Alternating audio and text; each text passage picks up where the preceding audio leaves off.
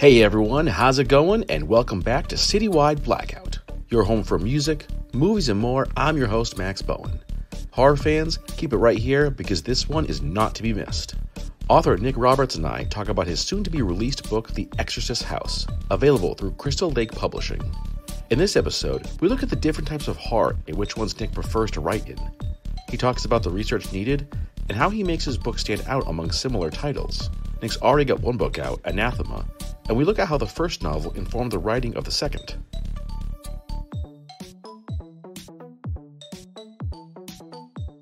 Hey everyone, how's it going? And welcome back to the show. So good to have you here with my next guest. He is the author of the soon-to-be-released book, The Exorcist House, being published by our good friends at Crystal Lake Publishing. Author Nick Roberts joins me. Nick, welcome to the show, man. It's great to have you here. Hey, thank you for having me. It's a pleasure to be here. All right. So let's dive right into the story behind this book. So this is set in the summer of 1994. Psychologist Daniel Hill buys a rustic farmhouse nestled in the rolling hills of West Virginia. He leads a quiet life, gets in touch with his inner self, and everything works out fine. I'm just kidding. That's not how it goes. Turns out that there's a hidden room in the basement with a well boarded shut and adorned with crucifixes because the previous owner loved him some exorcisms. Because everyone needs a hobby, right? I mean, so Nick, first question for you, man, is why exorcisms? Why did this have to become the subject of your new book? Well, when I watched The Exorcist at the horribly inappropriate age of probably 10, I was at a friend's sleepover, and I'm going to give my age here, but he pulled out his parents' VHS copy of The Exorcist and popped it in. And I was sort of just staring out the window, not really paying attention. I was like, this is boring. There's nothing going on in this movie. Where's the guy in the hockey mask? Where's something cool? And then all of a sudden I hear this like guttural growl. And I look over at the screen and I see this little girl with her mouth open and her eyes roll back to the whites. And this man's voice sort of comes out of her throat. And I had a warm, hollow feeling in my gut. And I sat there. I didn't even have the guts to look away from the screen. I was that frozen. And then, of course, when it cut back to her mom's horrified reaction in the scene, I sort of snapped out of it and looked around. And I was like, okay, so this is why they say this is such a terrifying movie. And I kind of kept my eyes out that window throughout the rest of the film. It was by far the most traumatic experience that a film ever made on me. So from that point on, that sort of set the standard for what I considered to be scary. And what was so brilliant about it was that it made people who didn't even necessarily buy into the premise of Catholicism, of religion, of good versus evil, suspend their disbelief because it was so grounded in the characters and reality. I mean, you watch it, it's not filmed like a genre movie. It's shot like a drama. And that's probably why I got all the Academy Award nominations. But anyway, so yeah, that really stuck with me. The Exorcist. And of course, when I got older, I read the book and thought, this book can't compare to this movie. So I sat there in my teens alone at my dad's house one night, started reading. Sure enough, got to that exact same part. And because I had seen that movie, I had that voice in my head already and terrified me all over again. And I would say that book is my favorite book. Nice. Yeah. So from the young age of 10, you were just like hooked on the horror genre. How do you think that this kind of like influenced you just like as a writer because you got into it, so young? Well, I would say I was hooked well before the age of 10. Oh, 10 really? was when I got traumatized by exorcisms. I blame being born in October because I naturally looked forward to that time of the year. And then, that it being close to Halloween. So I sort of associated Halloween and my birthday and as one and the same. And I used to love how movies would come on or in the month of October, and I could watch movies that I wouldn't necessarily be allowed to see because they played them on TV during the month of October. And of course, when I went to elementary schools at book fairs, I was caught by covers of R.L. Stein's Goosebumps and Fear Street and Scary Stories to Tell in the Dark. All those were sort of my gateway into ultimately Stephen King. And yeah, from King on is where it grew. So yeah, it started well before the age of 10. What was the original question before I digressed into all that? No, it's cool, man. Because like it's so cool to kind of read, like to kind of hear like the path you were on, all the different things you had checked out. Of course, like Goosebumps is the more like kid friendly horror. Then you go into Scary Stories to Tell in the Dark, and then you go into Stephen King, who is of course is like the grandfather of like horror in general. I feel. But the question was just about like how getting to horror at such like a young age. How do you think that kind of influenced you as a writer? Well, I equated my love for horror to roller coasters. I love feeling in that present moment, getting out of my head because my head is a circus of thoughts. And anything that breaks up that train of thought is good in my book. So, riding a roller coaster, you're not thinking about your problems or what you're doing tomorrow or what you didn't do yesterday. You're thinking about, oh my gosh, I'm about to drop, 100 feet. Same thing with scary stuff for me. I like being scared. Just because I write horror doesn't mean I don't get scared. I am the biggest scaredy cat there is. And that's why I love reading scary stuff, watching scary movies, going to haunted houses still to this day. I'll drag my wife out to different haunts around the country, and it makes me feel so in the present moment. It's more of a thrill, kind of like a carnival show. It's I don't I'm not into making people feel uncomfortable as much as I am into entertaining and those genuine thrills that can happen.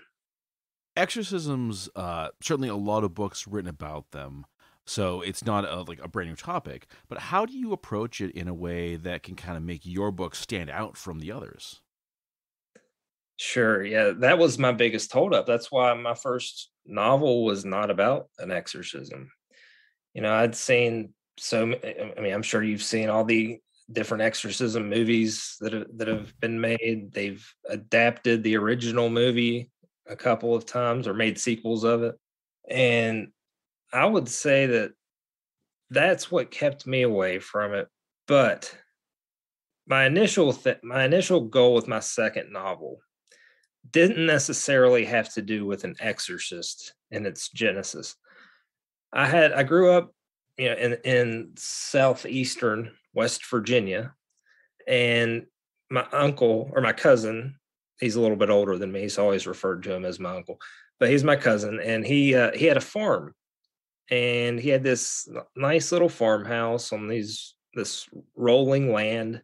If I'm remembering it correctly, it could have been 1 acre big in my child imagination.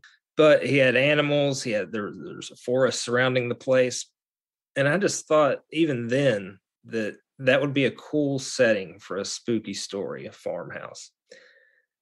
Well, then I thought this phrase it sort of just popped in my head out of nowhere. The phrase "backwoods exorcist."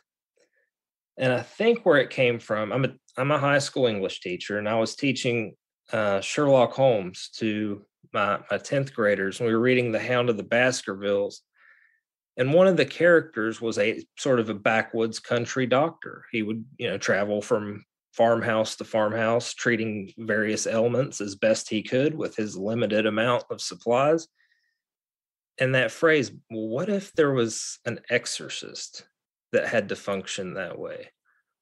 What if there was a backwoods exorcist? And I was just hooked on those two words. They would not leave my head.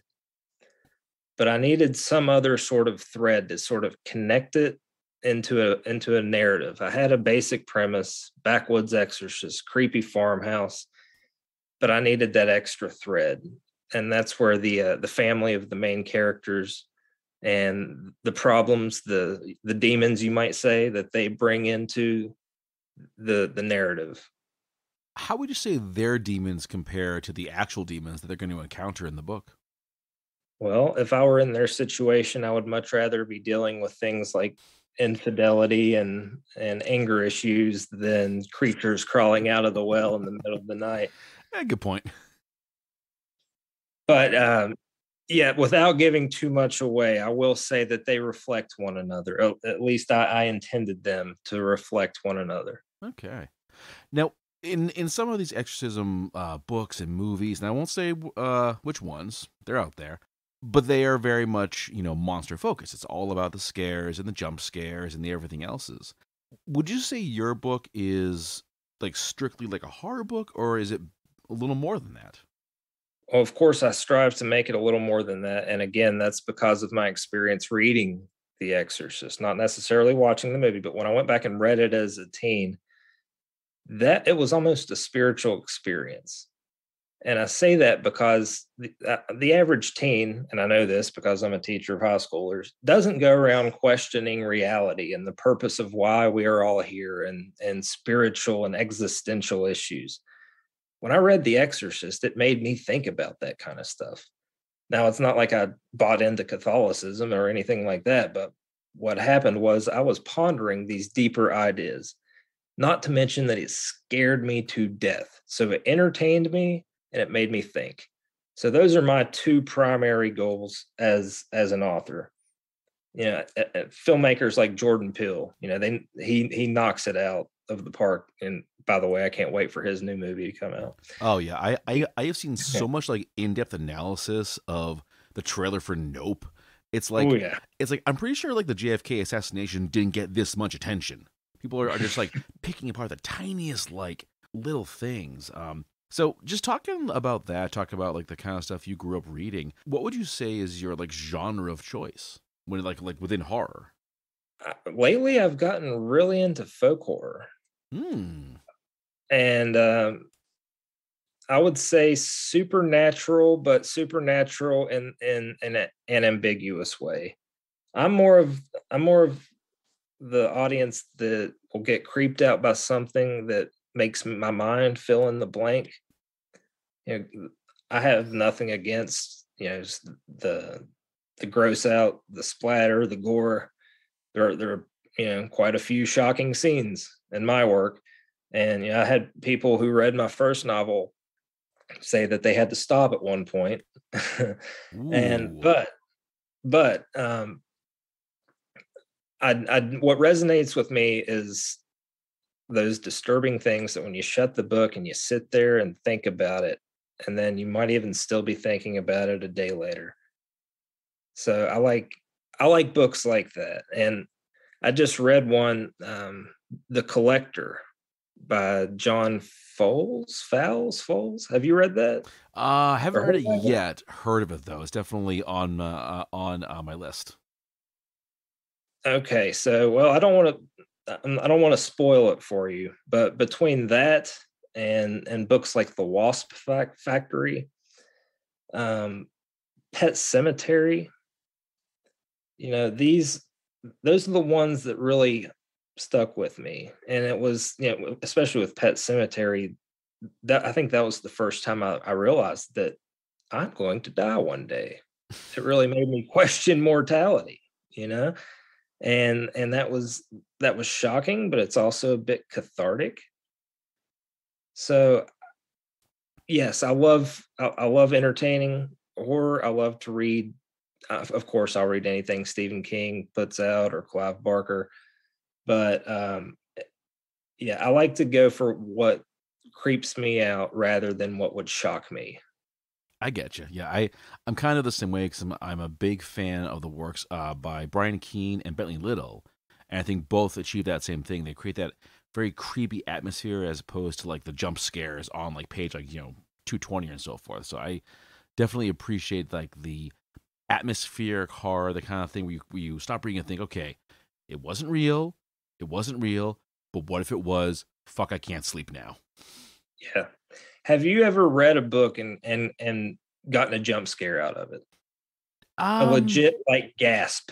I would say I've had those scenes happen, yes, because I can picture it in my head. I don't know if it was necessarily a jump scare, but it was either more like a very creeped out feeling, or Mhm. just like, again, I picture in my head like, oh, that's not good. I don't want to see that anymore. I can't stop seeing that now. Yeah. I've had that happen one time, and I like true crime books as long as they're done, tastefully and non-exploitative, but Mm. I was reading a book by the guy one of the guys who was investigating the, BTK killer, and he was a detective, he was talking about walking around one of the family's houses after hours. No one was there except him. He was wandering from room to room with his flashlight, just looking for things. And he realizes that no one ever went down into the basement when they did the initial search of this house, of the crime scene. So he's walking down in the basement and he's got his flashlight and he's looking around, gets in down to the basement level, searching around, and he bumps into something. He turns around and a little girl is hanging from a pipe. Oh, And jeez. when I read that line, my heart skipped a beat. And I think that was the closest I've ever had to a genuine jump scare from a book. And I immediately told one of my friends, who is one of my early readers for everything I write. I was like, I want to write a genuine jump scare in my book. I have to do that. I have to replicate this feeling for somebody else. And he said, "Bro, you did that in your first one. When I read this one scene in that book, I had to shut the book." And I was like, "Oh, okay, cool." There you go. Yeah, I feel like a jump scare would be hard for a book because there's no visual component to it. Like you're really Exactly. relying on the reader's imagination, kind of filling in the blanks for you. Because with movies, you have the visual, but you also have the sound. You have that's the Correct. sudden burst of sound that they always do in the theaters. So yeah, so to actually achieve a jump scare in a book, well done. It's a rare feat. Well done. Yeah, the sound. The first thing I did as a kid, whenever I was anticipating a scary thing happening, cover my ears, and it wasn't necessarily to close my eyes; it was to cover my ears. It's sound and soundtrack, sound design is so important in movies. Oh yeah.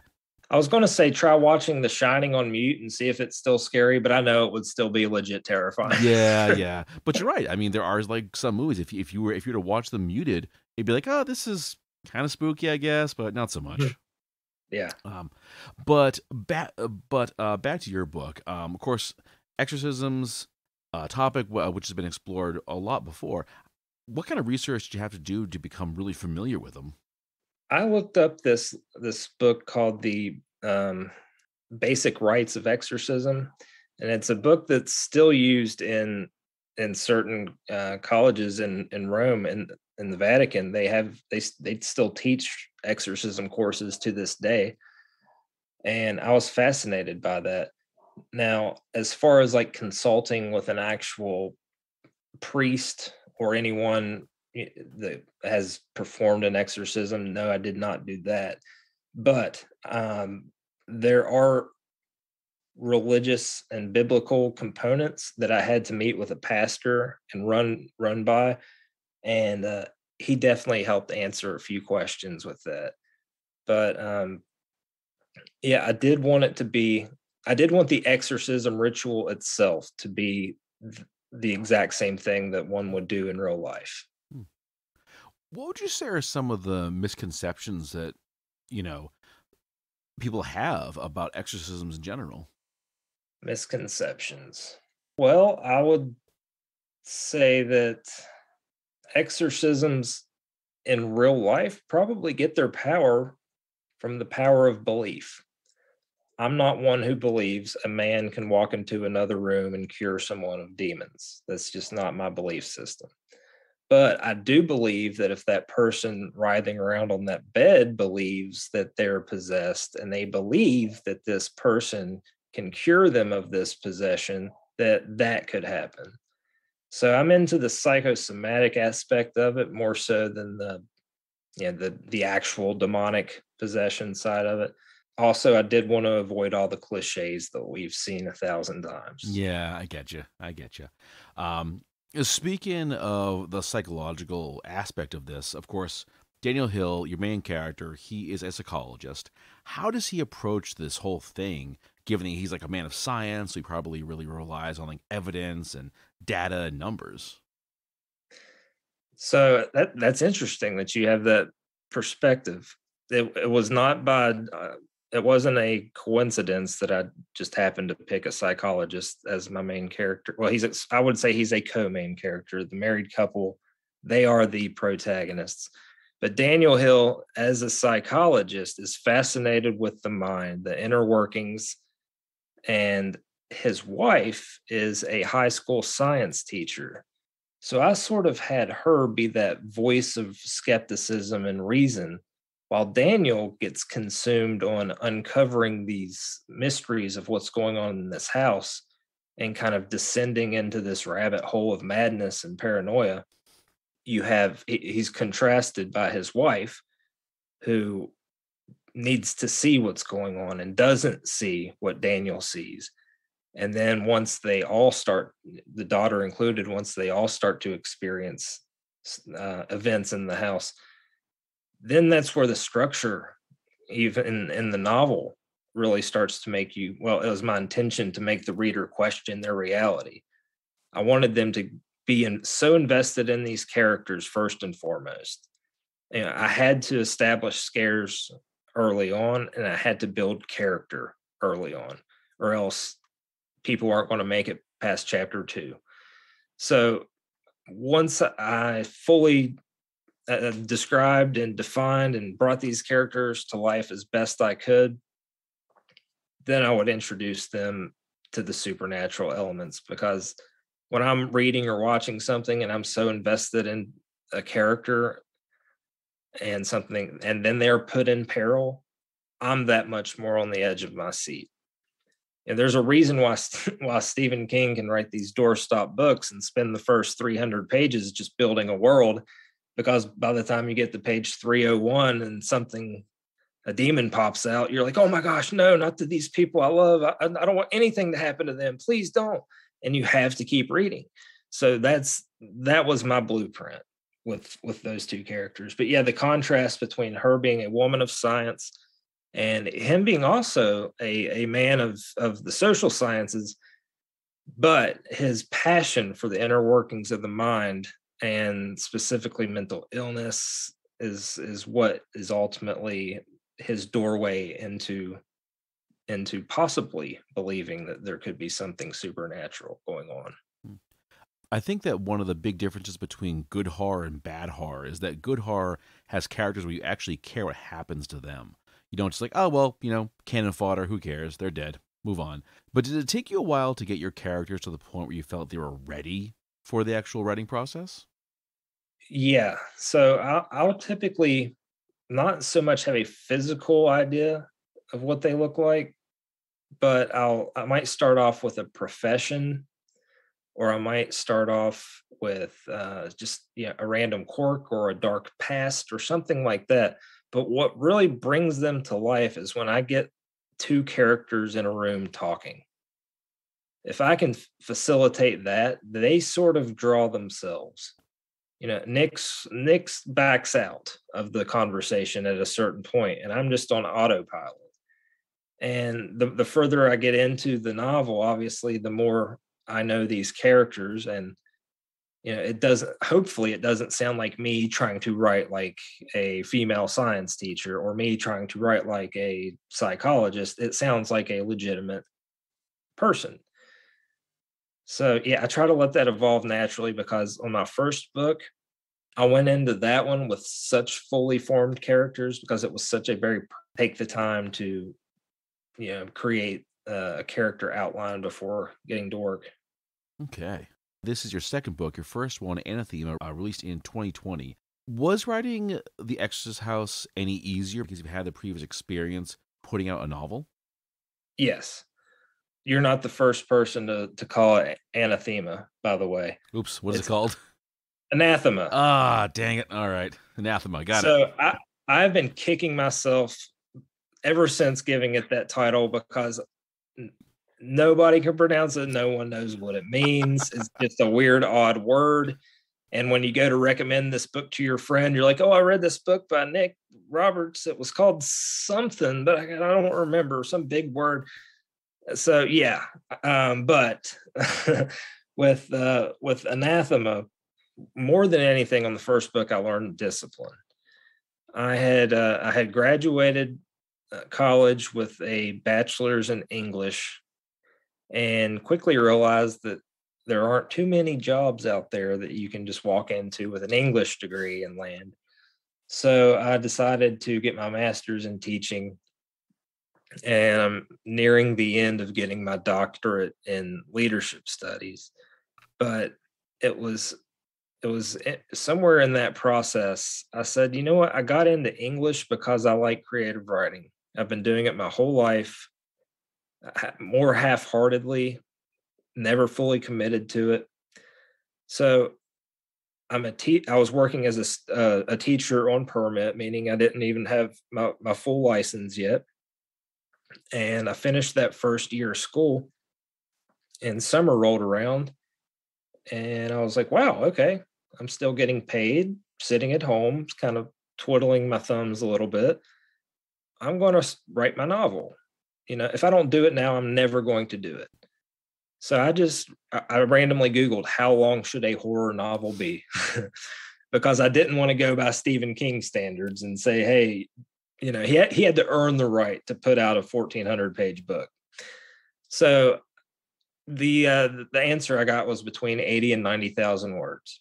So I said, okay, I'm off for approximately 3 months. Let's say I sit down every day and bust out 1,000 words. That'll give me roughly 90,000 words by the end of the summer.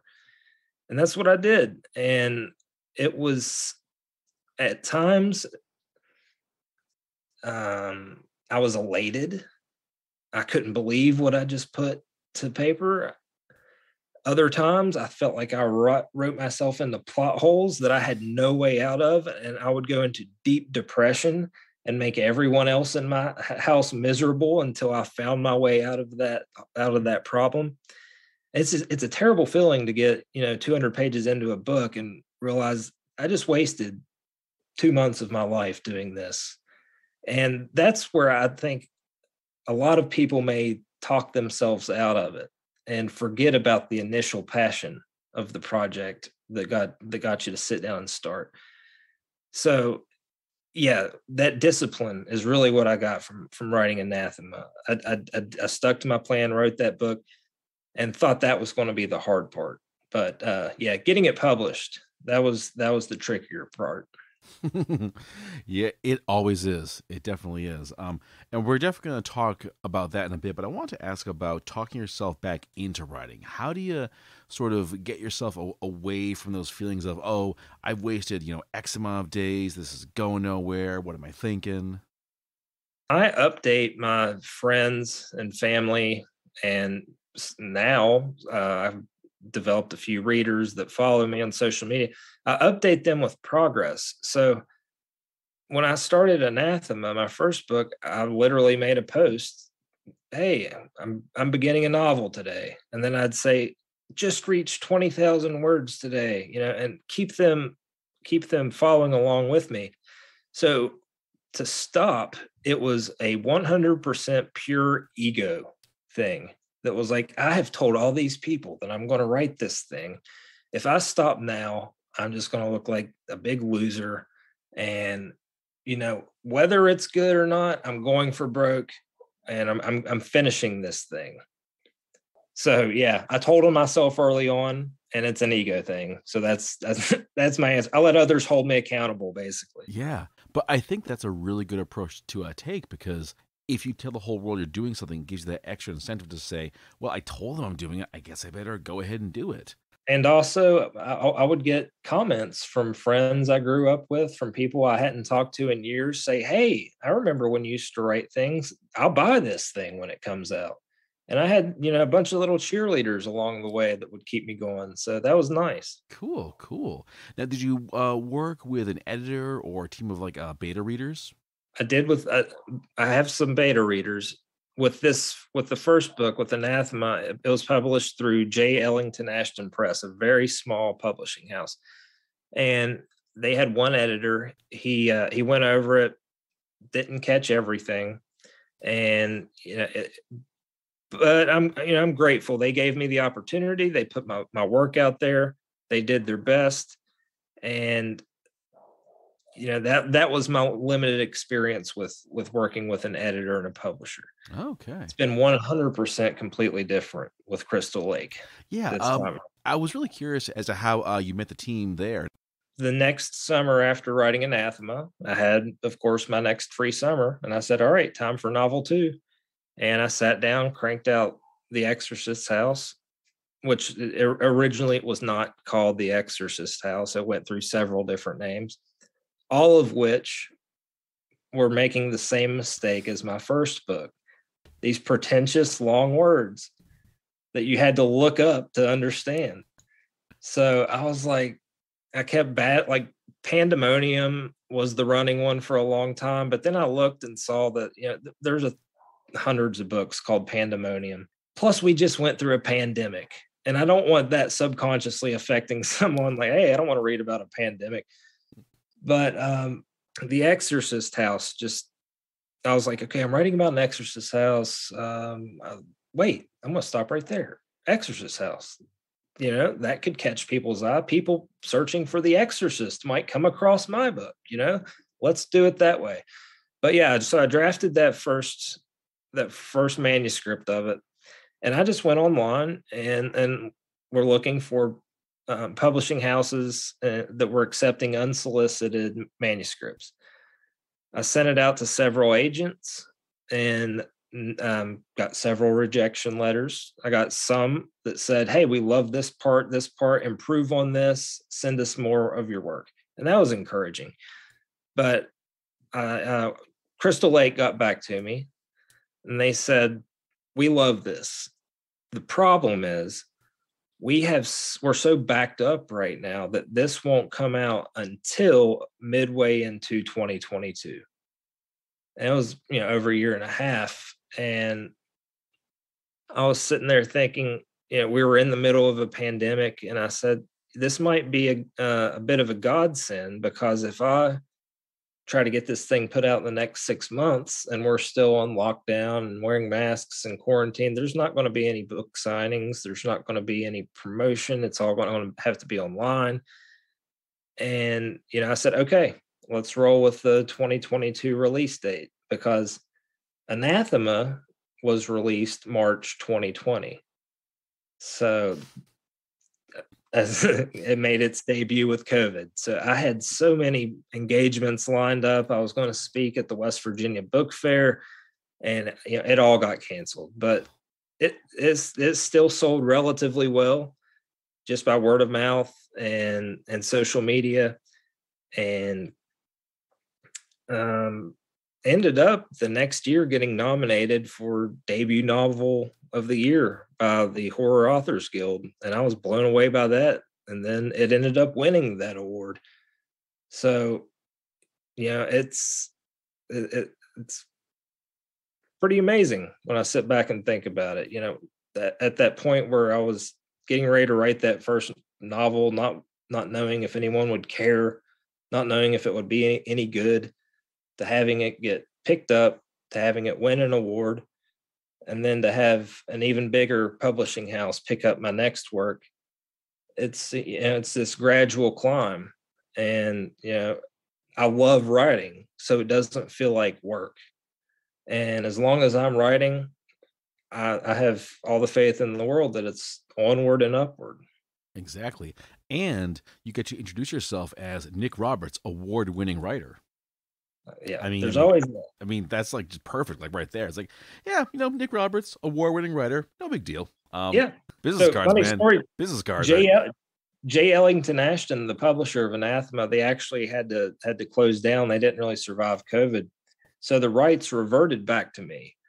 So unfortunately, that meant that the Anathema was no longer going to be in print, and I have about 300 copies of the first edition So since I had the rights, I went ahead and reformatted it, fixed all the errors, tweaked the cover a little bit, and added that winner of the 2020 Horror Authors Guild Award on the novel, and I republished it as a second edition. So that second edition is out there. It's on Amazon. It's available now. Yeah, so I definitely took advantage of the award-winning author. You gotta. I mean, Try to make it sound as big as I can. exactly, exactly. Does winning an award like that make you approach things like the Exorcist House differently, knowing that there is this much like talk about you as a writer? Not at all, because I suffer from imposter syndrome. Oh, okay then. Good in answer. every aspect of my life, even in teaching.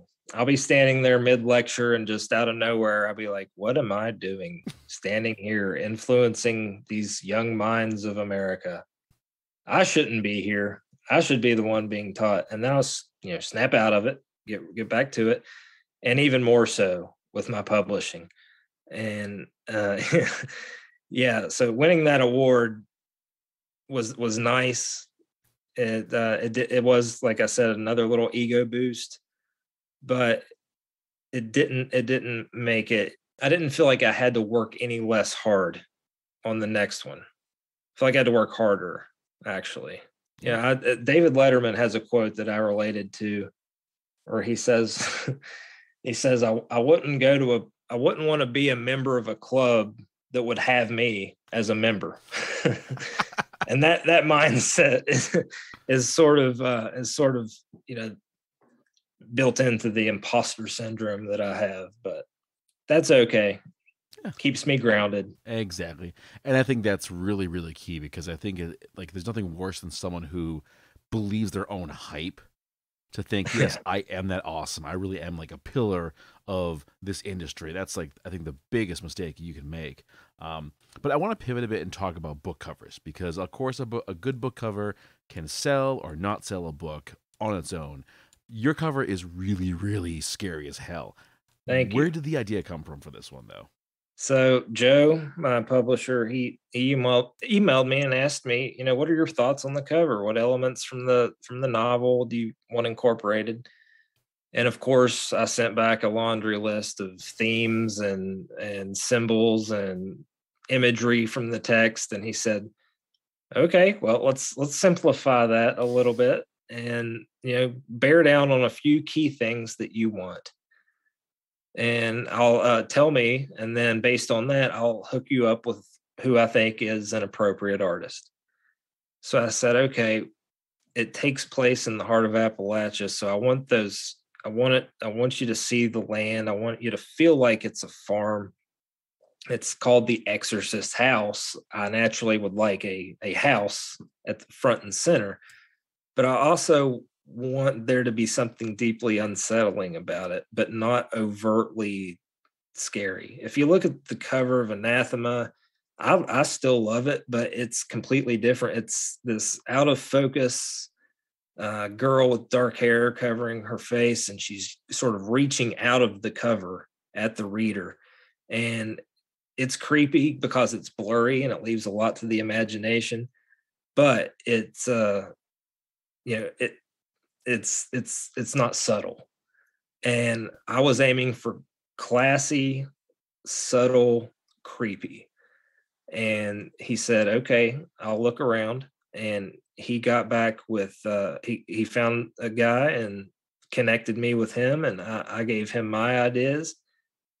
And he a few weeks later sent me back this sketch of this farmhouse. He said, I'm thinking of starting with this. And when I saw that, I was like, oh my gosh, yes. And then the next draft I got was the final draft. And he said, you want anything else added to it? I said, no, this captures the tone. It's creepy. If I were walking down the horror aisle and I saw that title, it would catch my eye. I would at least pick it up and check it out. Mm-hmm. Oh, so I agree 100% on covers. All right. Well, Nick, of course, great talking to you. Again, folks, this is out May 6th through Crystal Lake Publishing. You go to nickrobertsauthor.com for more information. Get your copy. Follow his socials. The engagement is a huge help. Leave a review. Leave a star review. Leave a written review. Whatever you want to say, but say something because this helps all these authors get up there and seen by the rest of the world. And Nick, what's next for you? Do you have book signings coming up? Do you have another book in the works? Planning on arranging some book signings. I'm actually nearing the end of my dissertation, so that's taking up all of my time in writing. Once that's finished, and I pray I finish it in the next couple of months, I'm going to try to crank out book number 3 before the start of the next school year. It's going to be tricky, but I'll always have new short stories coming out. I crank those out on weekends. I'll spend a few weekends working on my shorts, get those published. So I'm always scratching that creative itch. So if my novel doesn't come to fruition, you'll still be bombarded with my short stories that keep getting picked up. I like that. All right, Nick. Well, great talking to you, man. Looking forward to the book, and we'll be talking real soon. Hey, thanks for having me. No problem. Hey, this is singer-songwriter and mental health advocate Stephanie Matthias. Be sure to check out my single Hero side, available on all platforms now, and listen to Citywide Blackout, your home for the best indie artists. Okay, everyone, that brings this episode to a close. Big thanks to Nick for joining me, and definitely check out the new book, available May 6th through Crystal Lake Publishing. You can follow this show on Facebook under Citywide Blackout, and Twitter and Instagram under Citywide Max. Get at me at citywidemax@yahoo.com, and check out the show wherever you find podcasts, as well as every Saturday at 10 p.m. on Boston Free Radio. As always, keep those ears open.